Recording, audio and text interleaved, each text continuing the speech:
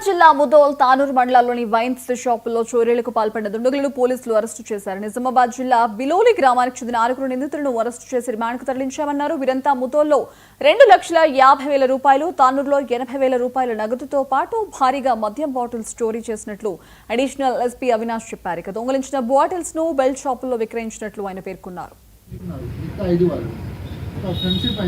ముదోల్లో ఒక wine shop లో shutter lifting చేసుకుని అక్కడ నుండి దొంగతనం చేయడం జరిగింది. ఆల్మోస్ట్ 2,50,000 రూపీస్ కి ఐటమ్స్ అక్కడ నుండి దొంగతనం అయింది. తర్వాత తానూరులో క్రైమ్ నంబర్ 114 ఆఫ్ 2025 అక్కడ కూడా అదే విధంగా ఒక వైన్ షాప్ కి షటర్ లిఫ్టింగ్ చేసుకుని దొంగతనం చేయడం జరిగింది. అక్కడ నుండి సుమారు 80,000 వరకు ఐటమ్స్ పోయింది. సో టోటల్ 3.5 lakhs దొంగతనం జరిగినప్పుడు CI Mudhol Mallesh plus SHO Mudhol and SHO Tanur ముగ్గురు ఒక టీం లాగా టెక్నికల్ ఎవిడెన్స్ ఫాలో చేసుకొని హ్యూమన్ ఇంటెలిజెన్స్ కలెక్ట్ చేసుకొని అది డిటెక్ట్ చేశారు. సో మన టోటల్ 6 మందికి అరెస్ట్ చేయడం జరిగింది.